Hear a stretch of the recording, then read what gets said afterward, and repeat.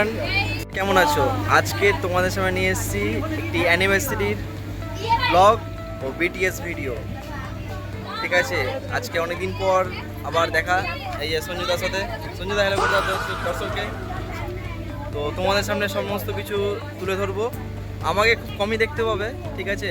তারপরে আমাদের কাজ শুরু হয়ে যায় কচি কাচাকে দিয়ে। এরপর অভিজিৎ দা ও সারথী বৌদির সাথে দেখা হয়ে যায়, দিয়ে ছবি কিছু তোলা হয়।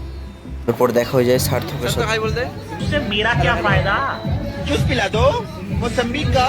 और अभी तो रुको। A few moments later. এরপরে মালা বদলের একটা নেওয়া হয়, আর যাদের অ্যানিভার্সারি ছিল বাপন কাকু ও ছোটি কাকির। তারপরে আমরা কিছু ছবি নিতে শুরু করি, দেখতে পাচ্ছ কিছু সিঙ্গেল ফটো নিতে থাকি, ফ্যামিলির সাথে কিছু ছবি নিতে থাকি। তারপরে চলে আসে কেকটা সত্যি খুব ইউনিক লাগছিল। তারপরে কেক কাটিংয়ের পর্ব শুরু হয়, পোজিং ছবি, কেক কাটা হয়ে যায়, দেখো ছেলে খাই দিচ্ছে। তারপরে কাপলরা একে অপরে খাওয়াচ্ছে, বেস্ট মোমেন্ট।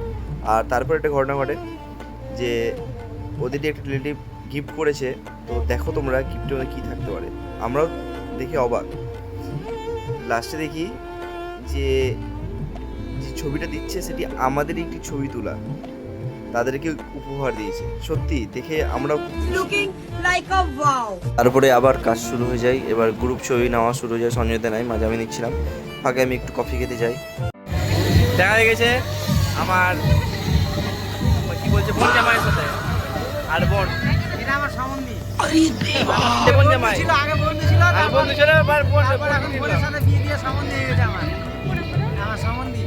বোন নাম্বার তো জোট মারা ইয়া হাত সরে হালকা হাত। বোন লজ্জা পাচ্ছে, মুখ ঘুরিয়ে কাজের ফাঁকে হালকা বসে এখন ফাঁকা, আর এদিকে ফোন কাটছে। এখন বাজে কটা? 11টা। আমাদের কাজ শেষের দিকে, কি শেষের দিকে। अरे मुझे चक्कर आने लग गया। দুজন কাপল ছবি নিতে যাবা কি? তারপরে আমরা খেতে চলে যাই। এরপর আমরা কাপল ছবি নেওয়া শুরু করি। দেখতে পাচ্ছ লজ্জা পাচ্ছে ওরা।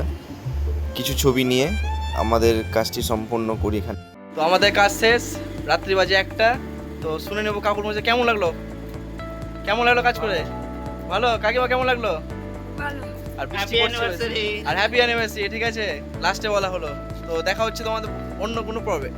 खत्म, bye bye, tata, goodbye, गया। भाई मुझे माफ कर दो।